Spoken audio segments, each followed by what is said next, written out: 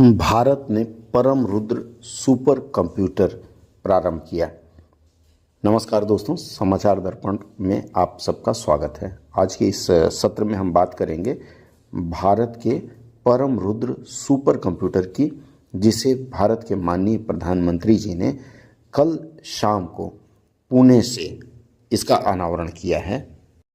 इसके साथ ही उन्होंने हाई परफॉर्मेंस कंप्यूटिंग अर्थात उच्च कार्य क्षमता वाले कंप्यूटर प्रणाली का भी अनावरण किया। यह अनावरण उन्होंने वीडियो कॉन्फ्रेंस के माध्यम से किया।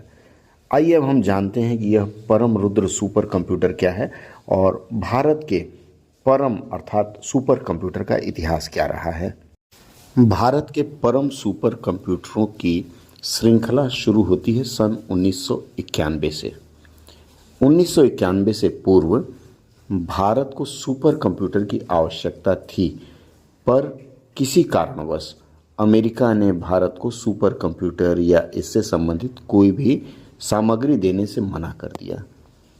अब भारत को अपनी क्षमता दिखानी थी और खुद को प्रमाणित करने के लिए एक सुपर कंप्यूटर बनानी थी। इस क्रम में सन 1988 में centre for development of advance computing अर्थात CDAC की स्थापना की गई। इस संस्थान की स्थापना पुणे में हुई।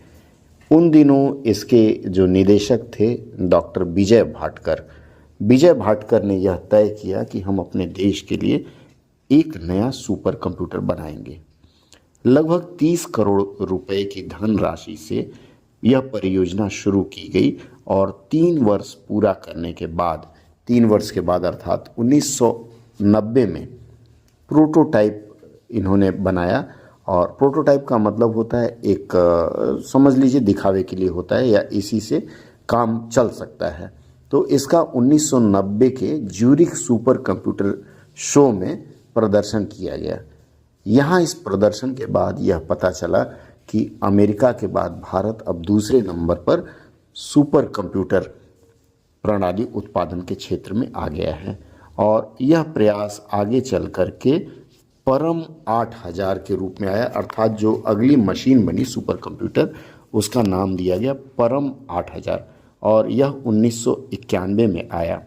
1991 में इसके आने के बाद से पूरी दुनिया में हलचल मच गई और कंप्यूटर के क्षेत्र में भारत का लोगों ने लोहा मानना शुरू कर दिया।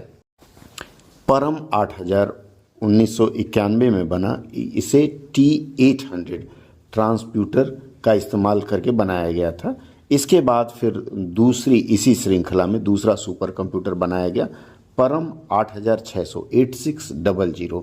यह उसमें थोड़ा सा सुधार था और यह जो था 256 CPU का कंप्यूटर था। इसमें इमॉन T800 के लिए एक इंटेल i860 प्रोसेसर लगाया गया था। इसके बाद फिर भारत ने दूसरा परम कंप्यूटर बनाया जिसका नाम रखा गया 9900 9900 SS। ये SS जो था ये सुपर स्पार्क 2 नाम से आया और यह भी मॉड्यूल CDAC ने ही बनाया था। इसके बाद फिर अगला जो आया वह परम 10,000 था 10,000। यह 1998 में आया। फिर परम पद्म नाम से, पद्म मतलब कमल कहा जाता है, यह अप्रैल 2003 में आया। इसमें 1024 GFLOPS मतलब ये लगभग 1 TFLOP और पीक स्पीड जो इसका था 1 टेराबाइट की पीक स्टोरेज से युक्त था।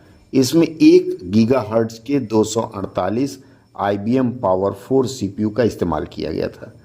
इसके बाद फिर बना परम युवा बना नवंबर 2008 में। इसकी अधिकतम जो गति थी सस्टेनेबल स्पीड कहा जाता है, RMAX से मापा जाता है, वह 38.1 अर्थात 38.1 TFLOPS रहा है और इसका पीक स्पीड कहा जाता है, इसको RP भी कहा जाता है।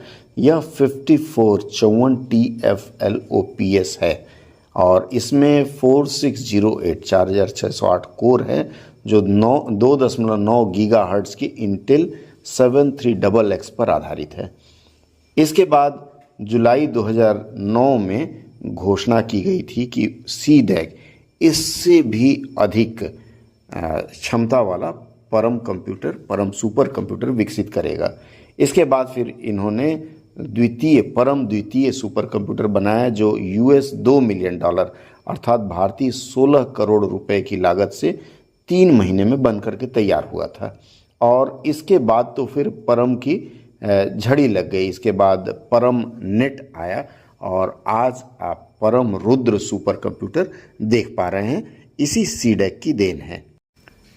कल जो भारत के माननीय प्रधानमंत्री जी ने परम सुपर कंप्यूटरों का उद्घाटन किया या अनावरण किया और इसे राष्ट्र के नाम समर्पित किया, इसमें 3 सुपर कंप्यूटर बने हैं और इन 3 सुपर कंप्यूटरों की कुल लागत लगभग 130 करोड़ रुपए होगी और इन्हें राष्ट्रीय सुपर कंप्यूटिंग मिशन NSM के अंतर्गत स्वदेशी रूप में विकसित किया जाएगा।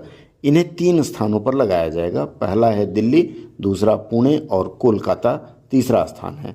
मतलब विज्ञान और प्रौद्योगिकी मंत्रालय ने भारत की वैज्ञानिक अनुसंधान क्षमताओं को बढ़ाने के लिए इस परियोजना के बारे में बताया और इसको जहाँ जहाँ लगाया जाएगा, पुणे में विशाल metre radio telescope GMRT, fast radio burst FRB और अन्य खगोलीय घटनाओं का पता लगाने के लिए प्रयोग किया जाएगा। तो दिल्ली में इसे inter university accelerator centre IUAC पदार्थ विज्ञान और परमाणु भौतिकी के क्षेत्र में अनुसंधान वाले संस्थान में लगाया जाएगा और कोलकाता में इसे SN बोस केंद्र भौतिकी भंडार विज्ञान